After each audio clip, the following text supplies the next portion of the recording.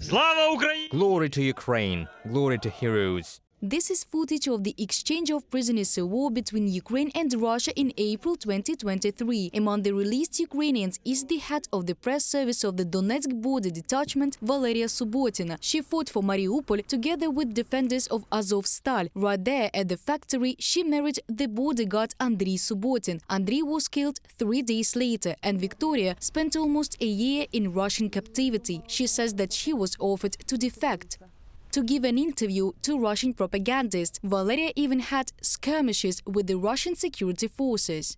Вони хотіли почути те, що вони хочуть почути. They wanted to hear what they desired to hear. They wanted to see us the way they already do. And there were moments for sure when I was showing them my hatred. But what did they expect? I was a completely different person before. I had a lot of love, kindness and warmth within. But they took it all away from me. And they sometimes wondered why I was so angry. Russia made me like that. And that is true. A person who constantly hates. Russians created that person of me, the one who only wants revenge. Mariupol has become a symbol of Ukrainian resistance to Russian aggression. The Azov National Guard Regiment and Ukrainian servicemen from different units held the defense at Azovstal for 86 days. Mikhailo Vershinin, head of the Territorial Police Department of the Donetsk region, remained in the city and carried out combat missions with his fellows. We don't know for sure whether we will still be alive when you watch this appeal, but you should know that every city in Ukraine can face such a fate. Children, old people die under the rubble. Vershinin was taken prisoner together with the Azov defenders. The Russian kept him in the colony in Olenivka and the Donetsk pre-trial detention center for 123 days. Mikhailo managed to return home in September 2022. Torture, starvation and diseases. Russia violates the Geneva Conventions and all possible international rules for the treatment of prisoners of war. Vershinin lost about 88 pounds in captivity. A year later, he recalls that the plant was the last line of resistance in the burning Mariupol. The total power of the strikes was equal of 2 strikes that happened in Hiroshima. That is, artillery, air, ship strikes and others were constantly inflicted on 11 square kilometers.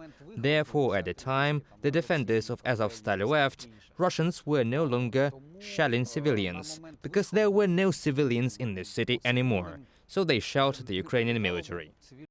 When the Russian army completely took over Mariupol at the end of May 2022, approximately 100,000 people remained in it. The Russian occupiers did not release the civilians who were staying in the Azovstal bomb shelters, as was promised earlier, but civilians were forcibly deported. Before that, the Ukrainians were filtered in the village of Bezymenny in the temporarily occupied territory of the Donetsk region.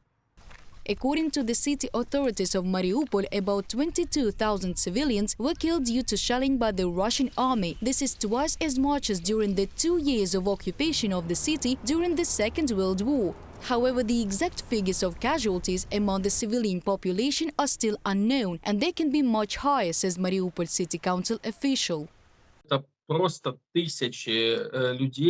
It's thousands of people, according to various estimates. We stopped counting at 22,000 while there was an opportunity. But the number of victims could be from 50 to 100,000 civilians, maybe more. Such a sad picture of the genocide that Russia staged. The Russian occupation authorities do not allow people to leave Mariupol without passing the filtration process, Zabavin says. The occupiers are forcing people to obtain Russian passports, otherwise Mariupol residents will not receive medical, social and other assistance. During this year, no more than 5% of those who stayed there received Russian passports. And seeing that there were no many people who wanted to receive these scraps of toilet paper, Russia continued the genocide and introduced a number of conditions, like you can receive medical care, albeit bad, but you can receive it only with a passport of a citizen of the Russian Federation. You can receive social assistance, food packages with the Russian passport only. You can work and pay several times less taxes if you have this passport.